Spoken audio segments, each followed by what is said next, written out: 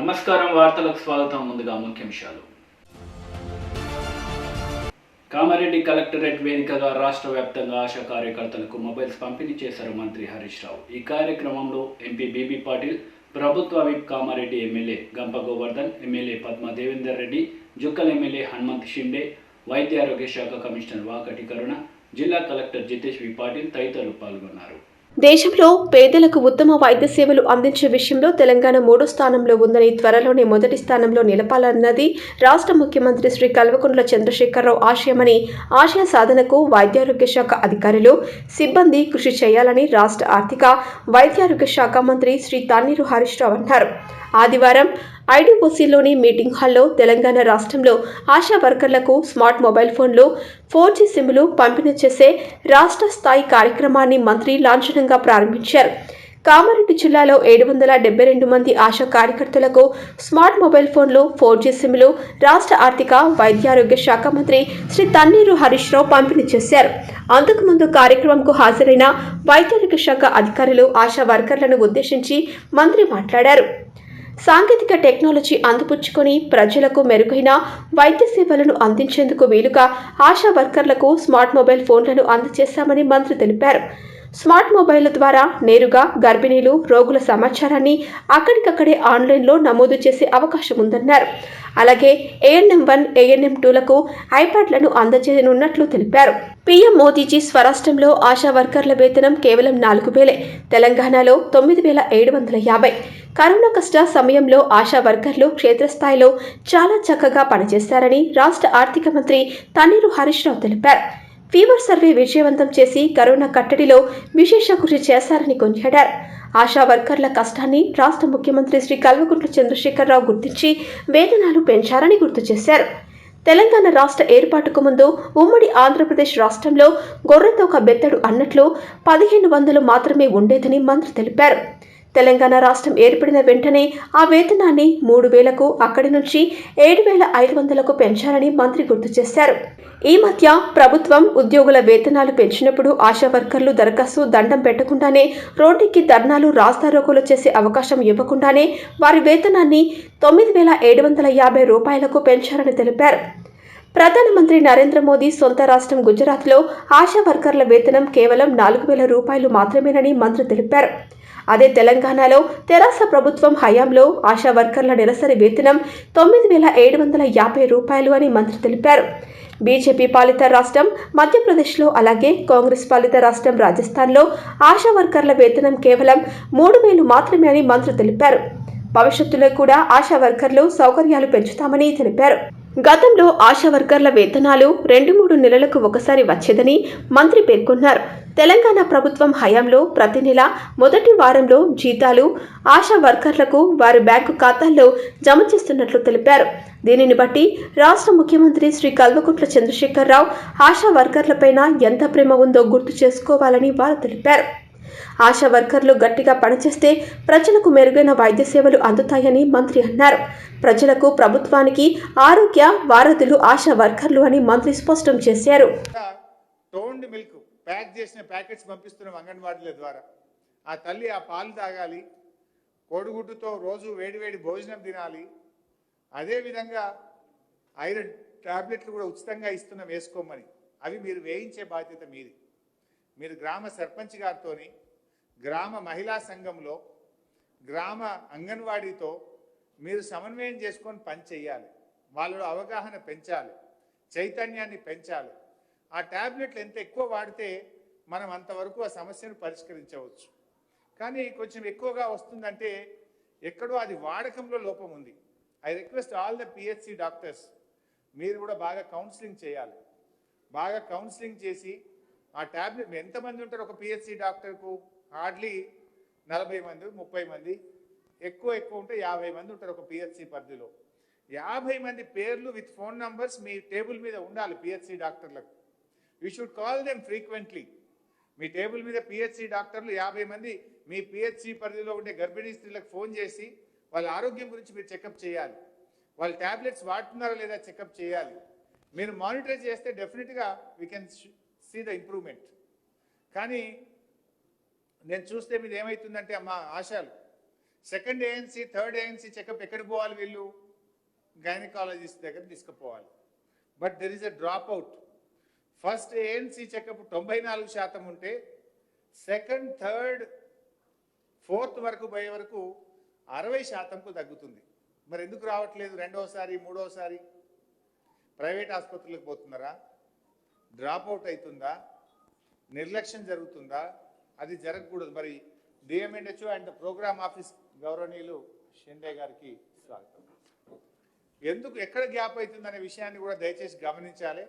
Who is the programme officer? ANC checkups, gynaecology ఎవరు చూస్తున్నారు జిల్లాలో? లీవ్లో ఉన్నారా? సో కలెక్టర్ కూడా నా రిక్వెస్ట్ ఏంటంటే, మీరు మండలాలకు పోయినప్పుడు తప్పకుండా మీరు పిహెచ్సికి వెళ్ళండి. డాక్టర్ల దగ్గర లిస్ట్ ఉందా? డాక్టర్స్ మానిటర్ చేస్తుండ్రా? మీరు కూడా దయచేసి ఎప్పటికప్పుడు చేయండి.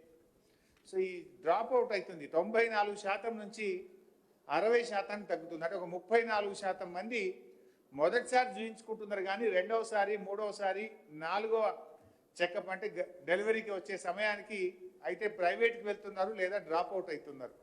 అందువల్ల మీరు ఎనీమియా ఇష్యూస్ను అడ్రస్ చేయలేకపోతున్నారు. If they come second time, if they come third time, you will know మన వాళ్ళు ఎందుకు తగ్గలేదు, ట్యాబ్లెట్ వాడతలేరా అని మీరు అడగడానికి అవకాశం ఉంటుంది. ఇన్ఫ్యాక్ట్ మనం ఇంజెక్షన్స్ కూడా పెట్టినాం వాళ్ళకి. ఈవెన్ ఫోర్త్ టైం కూడా రాకపోతే చాలా కాస్ట్లీ ఇంజెక్షన్స్ను అన్ని ఆసుపత్రుల్లో ఆ రక్తహీనతను తగ్గించడానికి అవసరమైన ఇంజెక్షన్స్ను కూడా ప్రభుత్వం అందుబాటులో పెట్టింది. ఎక్కడ కూడా ఇబ్బంది లేదు. బట్ అది మీరు ఎన్ష్యూర్ చేయండి. ఈ 4 రౌండ్లు కూడా ఏఎన్సీ చెకప్ జరిగి మహిళల్లో ఎనీమియా పర్సెంటేజ్ తగ్గే విధంగా, వాళ్ళు మందులు తీసుకునే విధంగా, పౌష్టికాహారం తీసుకునే విధంగా మా ఆశా వర్కర్ల రోలు చాలా ఇంపార్టెంట్. ఇంకా ముఖ్యమైన విషయం, డెలివరీ అనేది నార్మల్ డెలివరీ జరగాలి. మీ జిల్లాలో చూస్తే 61% ఆపరేషన్లు చేస్తున్నారు. నార్మల్ డెలివరీ 39% అవుతుంది. ఇది ఉల్టా ఉండాలి, రివర్స్ ఉండాలి. ఇది తల్లికి నష్టం, పుట్టిన బిడ్డకు నష్టం. మీరే బాధ్యత ఆశా వర్కర్లు, మా పిహెచ్సి డాక్టర్లు. We should do regular counselling. I request all the PHC doctors, you are a supervisory officer, you are not just a doctor. మీరు డాక్టర్ బాధ్యతతో పాటు మీ పిహెచ్సి పరిధిలో ఉండే ఏఎన్ఎంలు, ఆశాలు, సూపర్వైజర్సు అందరినీ సక్రమంగా పనిచేయించే బాధ్యత మీ మీద ఉంటుంది. మీ సూపర్వైజర్సు, మీ ఏఎన్ఎంసు వాళ్ళకు రెగ్యులర్గా కౌన్సిలింగ్ ఇవ్వాలి కదా. వాళ్లకు నార్మల్ డెలివరీ యొక్క ఇంపార్టెన్స్ తెలియజేయించే బాధ్యత కూడా మీదే. అదర్వైజ్ 2 నష్టాలు జరుగుతున్నాయి. తల్లి ఆరోగ్యం దెబ్బతింటుంది. ఆ తల్లి 35 ఏళ్ళు 40 ఏళ్ళ వయసు వచ్చే వరకు బరువు మోయలేదు, ఏదైనా గొట్టు పని చేసుకోలేదు. ఆ తల్లికి అనారోగ్యం పాలవుతుంది. మళ్ళా గర్భసంచి తీసేసుడు, ఇది అది లేని చిక్కులు వస్తున్నాయి. నార్మల్ డెలివరీ అయితే ఈ సమస్యల నుంచి తల్లిని కాపాడుకోవచ్చు మనం. రెండవ విషయం మీరు గమనిస్తే, పుట్టిన బిడ్డకు నష్టం చేస్తున్నాం మనం. పుట్టిన బిడ్డ మొదటి గంటలో తల్లి పాలు తాగితే అది అమృతంతో సమానం. కోట్ల రూపాయలు పెట్టినా ఆ అమృతం దొరకదు మార్కెట్లో. ఆ మొదటి గంటలో తల్లి పాలు తాగడమే ఆ బిడ్డ యొక్క ఎదుగుదలకు, బిడ్డలో రోగనిరోధక శక్తి పెరగడానికి, ఆ బిడ్డ చురుకుదనాన్ని పెంచడానికి అన్ని రకాలుగా అది ఉపయోగపడుతుంది. ఆ మొదటి గంట మిస్ అయిపోతే మీరు ఇంక ఎన్ని కోట్లు పెట్టినా ఆ బిడ్డకు ఆ శక్తిని మీరు ఇవ్వలేరు. మన దేశంలో, మన రాష్ట్రంలో 34% మంది మాత్రమే మొదటి గంటలో తల్లిపాలు తాగుతున్నారు. 66% మంది పిల్లలు నష్టపోతున్నారు. దాంట్లో ప్రధానమైన కారణం సి సెక్షన్. సిజరీన్ అయినటువంటి తల్లి ఆ మొదటి గంటలో బిడ్డకు పాలియలేకపోతున్నది. ఇంకా కొన్ని కారణాలు ఉంటాయి. సరే, తల్లి అనారోగ్యం కానీ బిడ్డ అనారోగ్యం వల్ల కూడా కొన్ని సందర్భాల్లో ఇబ్బంది జరుగుతుంటుంది. బట్ ప్రధానమైన కారణం మనం ఆపరేషన్ చేయడమే. దాన్ని మీరు తగ్గించగలిగితే తల్లికి పిల్లకు ఇద్దరికి మేలు చేసిన వాళ్ళు అవుతారు. ఈ బాధ్యత పిహెచ్సి డాక్టర్లది, మా ఆశా వర్కర్లది మాత్రమే. ఈరోజు దేశానికి కొత్త రాజ్యాంగం కావాలని చేసిన వ్యాఖ్యలపై కొంతమంది చేస్తున్న విమర్శలను సీఎం కేసీఆర్ తీవ్రంగా తిప్పికొట్టారు. తన వ్యాఖ్యలు డాక్టర్ బిఆర్ అంబేద్కర్కు వ్యతిరేకం అన్నట్లుగా చిత్రీకరిస్తున్నారంటూ ఫైర్ అయ్యారు. అసలు అంబేద్కర్ ఆలోచన విధానాన్ని ఫాలో అవ్వాలే కానీ మార్పును వ్యతిరేకిస్తూ పిచ్చి వ్యాఖ్యలు చేయొద్దన్నారు. పవిత్ర పుణ్యక్షేత్రమైన ఏడుపాయల వనదుర్గ భవానీ మాత సన్నిధిని ఆదివారం భక్తులతో కిటకిటలాడింది. వివిధ ప్రాంతాల నుంచి భక్తులు పెద్ద సంఖ్యలో తరలివచ్చారు. ఏడుపాయలకు చేరుకున్న భక్తులు మంజీరా నదిలోని వివిధ పాయల్లో పుణ్యస్నానాలు చేసి దుర్గామాతను దర్శించుకొని మొక్కులు చెల్లించుకున్నారు. పవిత్ర పుణ్యక్షేత్రమైన ఏడుపాయల వనదుర్గ భవానీమాత సన్నిధి ఆదివారం భక్తులతో కిటకిటలాడింది. వివిధ ప్రాంతాల నుంచి భక్తులు పెద్ద సంఖ్యలో తరలివచ్చారు. ఏడుపాయలకు చేరుకున్న భక్తులు మంజీరా నదిలోని వివిధ పాయల్లో పుణ్య స్నానాలు చేసి దుర్గామాతను దర్శించుకొని మొక్కులు చెల్లించుకున్నారు. భక్తులకు ఎలాంటి ఇబ్బందులు ఎదురు కాకుండా ఆలయ ఈవో సారా శ్రీనివాస్తో పాటు ఆలయ సిబ్బంది తగిన ఏర్పాట్లు చేశారు. ఇక వివిధ ప్రాంతాల నుంచి వచ్చిన భక్తులు అమ్మవారికి ఒడిబియ్యం, తలనీనాలు, కుంకుమార్చనలు, బోనాలు సమర్పించి మొక్కులు తీర్చుకున్నారు. వేద పండితులు అమ్మవారికి ప్రత్యేక పూజలు నిర్వహించారు. పాపన్నపేట ఎస్ఐ విజయ్ కుమార్ ఆధ్వర్యంలో బందోబస్తు చర్యలు చేపట్టారు.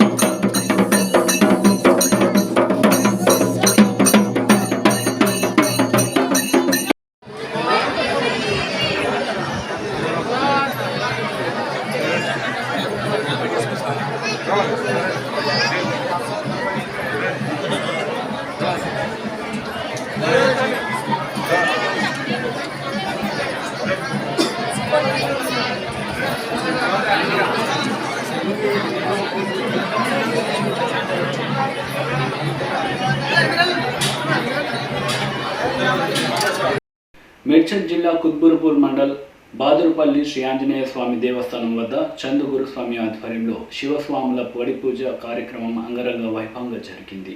మేడ్చల్ జిల్లా కుత్బులాపూర్ మండల్ బదురుపల్లి శ్రీ ఆంజనేయ స్వామి దేవస్థానం దగ్గర చందు గురుస్వామి ఆధ్వర్యంలో శివస్వాములు పడిపూజ కార్యక్రమం అంగరంగ వైభవంగా జరిగింది. ఈ కార్యక్రమంలో చాలా మంది గురుస్వాములు పాల్గొన్నారు. అన్నదాన కార్యక్రమం నిర్వహించారు. ఈ కార్యక్రమంలో మైసగిరి శ్రీనివాస్ గారు, రాకేష్ గురుస్వామి, రాజు గురుస్వామి, భాస్కర్ గురుస్వామి మరియు వందల సంఖ్యలో శివస్వాములు పాల్గొన్నారు. చందు గురుస్వామి మీడియాతో మాట్లాడుతూ ఈ నెల 18వ తారీఖున ఇక్కడి నుండి శ్రీశైలం పాదయాత్ర 40 మంది శివస్వాములతో ప్రారంభం కానుందని తెలిపారు.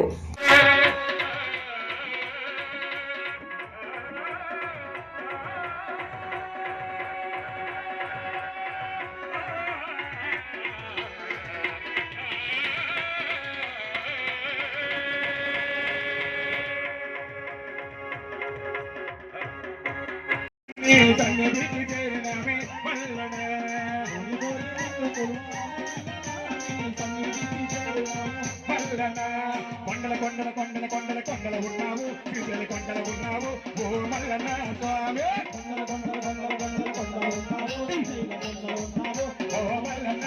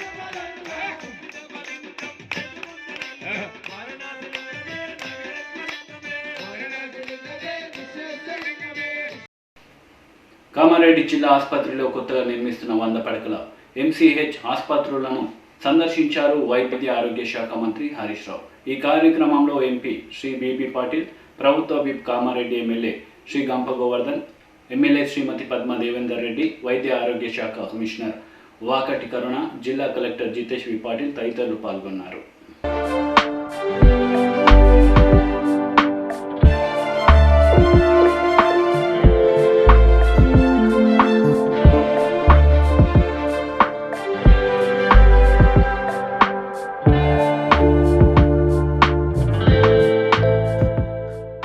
వార్తలు ముగించే ముందు ముఖ్యాంశాలు మరోసారి.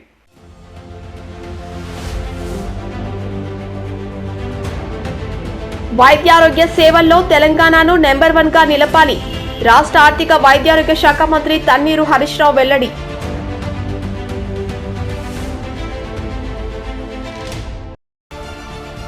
ఈ వార్తలు ఇంతటితో సమాప్తం. తిరిగి ప్రసారమయ్యే వార్తలో మళ్ళీ కలుద్దాం. అంతవరకు సెలవు. నమస్తే.